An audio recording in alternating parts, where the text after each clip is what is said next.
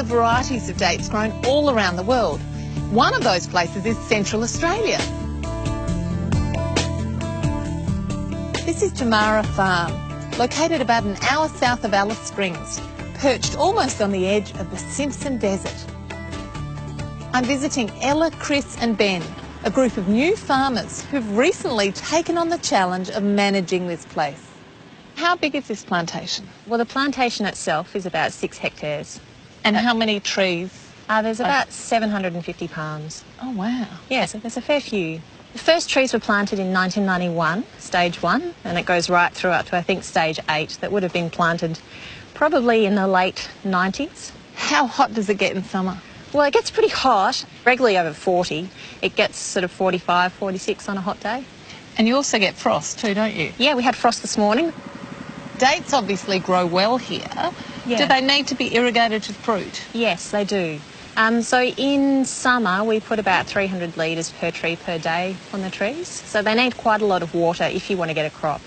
Now, this looks spectacular. I never knew there were so many different dates. What have we got here, Ella? So this is 8 of the 12 varieties we have on the farm.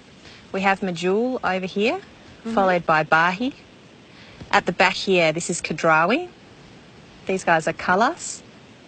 And then we have Thuri, Deglet Noor, Zahidi, Bostrami, and right on the end is Halawi. Now, all these different varieties, what are your favourites? I think probably my favourites are the Bahi, because I think they're extra delicious and caramelly. Can we have a taste? Absolutely. Try one of the Bahi. They're awesome. They're so soft. They're incredibly soft Beautiful. and sweet. Yeah. They're quite different to these ones, the Thuri. They're a chewier variety. So, yeah, try one of those. You sort of have to crunch them with your back teeth. A bit harder, but they'll taste great. Oh, yum. What maintenance is needed to keep these date palms healthy? Well, an annual prune is good to de-thorn all the new growth so we can actually go into the palm to do our work. We need to have good airflow, so we need to remove all the old growth, and we need to remove all the old flowers so the new flowers can come through. That's the main thing. Chris, what's your favourite activity to do on the farm? One of my favourite ones is the mulching.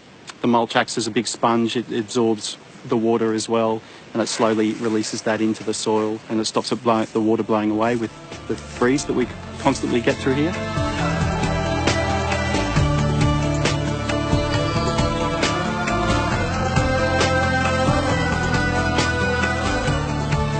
Palms are ancient plants, and they're interesting because they're dioecious, meaning they have separate male and female plants.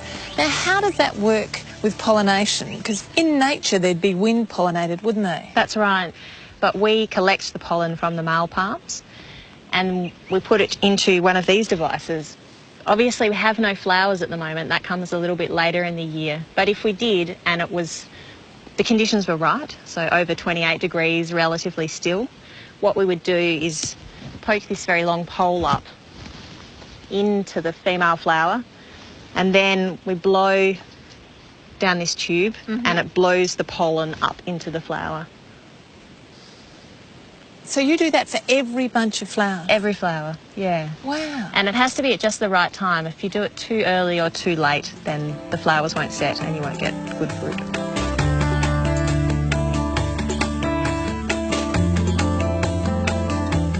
They're a really incredible plant.